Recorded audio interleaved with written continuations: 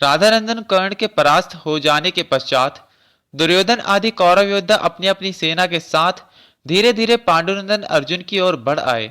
तब जैसे वेला अर्थात तटभूमि महासागर के वेग को रोक लेती है, उसी प्रकार अर्जुन ने व्यूह रचना पूर्वक बाण वर्षा के साथ आती हुई अनेक भागों में विभक्त कौरव सेना के बढ़ाव को रोक दिया। तदंतर श्वेत घोड़ों वाले श्रेष्ठ रथ पर आरूढ़ कुंतीनंदन अर्जुन ने हंसकर दिव्यास्त्र प्रकट करते हुए उस सेना का सामना किया। नमस्कार, मेरा नाम है अजय। मैं आप सभी का स्वागत करता हूँ। यह है ज्ञान का चक्र और आप सभी देख रहे हैं सप्त चक्र। प्रस्तुत कथा महाभारत के विराट पर्व अध्याय 55 से लेकर अध्याय 57 में से ली गई है। अधिक जानकारी हेतु आप महाभारत अवश्य पढ़ सकते हैं। उस समर भूमि में असंख्य शत्रुओं का संहार करते हुए पार्थ की ओर देखकर लोग यह मानने लगे थे कि अर्जुन के रूप में साक्षात काल ही आकर सबका संहार कर रहा है।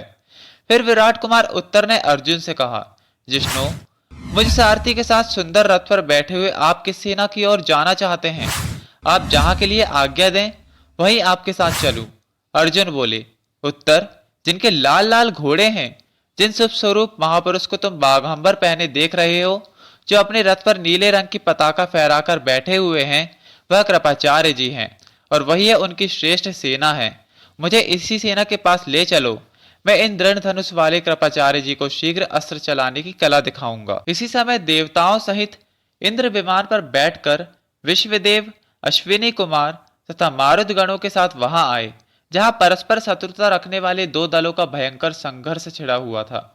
उस समय देवता, यक्ष, गंधर्व तथा बड़े बड़े नागों के विमानों से भरा हुआ वहां का आकाश बादलों के आवरण से रहित ग्रहमंडल की भांति शोभा पाने लगा। उस समय विमान में इंद्र सहित 33 देवता विराजमान थे। इनके सिवा गंधर्व, राक्षस, सर्प, पितर, महर्षिगण, राजा वसुमना, बलाक्ष, सुप्रतदन, अष्टक, शिबी, ययाति, नहुष, गय, मनु, पुरु, रघु, भानु, कृशाश्व, सगर तथा नल, यह सब तेजस्वी रूप धारण करके देवराज की विमान में दृष्टिगोचर हो रहे थे। अग्नि, ईश, सोम, वरुण, प्रजापति, धाता, विधाता, कुबेर, यम, अलम्बुस और उग्रसेन आदि गंधर्व तथा गंधर्वराज तुम्बरु के भी पृथक पृथक विमान अपनी अपनी लंबाई चौड़ाई के अनुसार आकाश के विभिन्न प्रदेशों में प्रकाशित हो रहे थे। यह सभी देव समुदाय, सिद्ध और महर्षिगण अर्जुन तथा कौरव दल का युद्ध देखने के लिए जुटे। कौरव सेनाओं को व्यूह रचना करके खड़ी हुई देखकर कुंतीनंदन अर्जुन ने विराट कुमार उत्तर को संबोधित करके कहा, उत्तर, जिसकी ध्वजा पर सोने की वेदी का चिन्ह दिखाई देता है, उस रथ के दाहिने होकर चलो। उधर ही सारद्वान के पुत्र कृपाचार्य हैं। धनंजय की बात सुनकर विराट कुमार उत्तर ने तुरंत ही अपनी अश्विद्या का परिचय देते हुए एवं कौरव दल को मोहित करते हुए रथ को कृपाचार्य के समीप लाकर खड़ा कर दिया। तब अर्जुन ने अपना नाम सुनाकर और पूरा बल लगाकर भारी आवाज करने वाले अपने उत्तम शंख देवदत्त को बजाया। कृपाचार्य उस समय अर्जुन के शंखनाद को नहीं सह सके और उनके मन में अर्जुन पर कुछ रोष हो आया।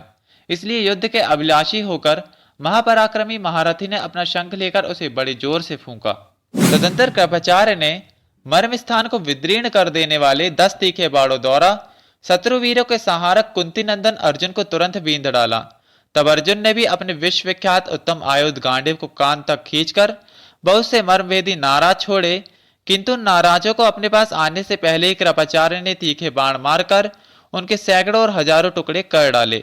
तब उन्होंने अनुपम पराक्रमी महात्मा प्रथापुत्र को युद्ध में तुरंत ही 10,000 बाणों से पीड़ित करके बड़े जोर से गर्जना की। तब अर्जुन ने झुकी हुई गांठ और सुनहरे फल वाले 4 बाणों द्वारा बड़ी उतावली से कृपाचार्य के चारों घोड़ों को बींध डाला। मार खाकर वे सभी घोड़े सहसा उछल पड़े। इससे कृपाचार्य अपने स्थान से गिर गए। कृपाचार्य को स्थान से गिरा हुआ देख शत्रुओं का नाश करने वाले कुरुनंदन अर्जुन ने उनके गौरव की रक्षा करते हुए उन पर बाणों से आघात नहीं किया, किंतु कृपाचार्य ने पुनः अपना स्थान ग्रहण कर तुरंत ही सफेद चील के पंखों से युक्त 10 बाणों का प्रहार करके सव्यसाची अर्जुन को बींध डाला। तब अर्जुन ने एक तीखे भल्ले नामक बाण द्वारा कृपाचार्य का धनुष काट डाला और पुनः उनके दस्ताने को नष्ट कर दिया।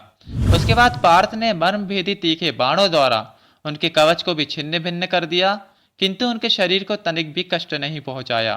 अर्जुन द्वारा धनुष कट जाने पर कृपाचार्य ने दूसरा धनुष लेकर उस पर प्रत्यंचा चढ़ा ली, परंतु कुंती नंदन ने झुकी हुई गांठ वाले एक बाण से उनके उस धनुष को भी काट दिया और इसी प्रकार कृपाचार्य के बहुत से दूसरे धनुष को भी छिन्न भिन्न कर डाले। इस तरह धनुष के कट जाने पर प्रतापी कृपाचार्य ने पांडुपुत्र अर्जुन पर वज्र की भांति प्रज्वलित रथ शक्ति चलाई।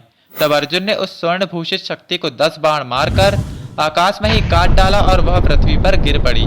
तब कृपाचार्य ने पुनः प्रत्यंचा सहित धनुष लेकर उस पर भल्य नामक 10 बाणों का संधान किया और उन 10 तीक्ष्ण बाणों द्वारा तुरंत ही अर्जुन को बींध डाला। तदंतर तेजस्वी कुंतीपुत्र ने कृपाचार्य पर अग्नि के समान तेजस्वी 13 बाण चलाए।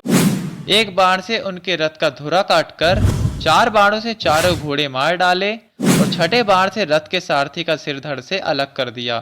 फिर महारथी अर्जुन ने 3 बाणों से रथ के तीनों वेणु, 2 से रथ का धुरा और 12वें भल्ल नामक बाण से उनके रथ की ध्वजा को भी उस समय रणभूमि में काट गिराया।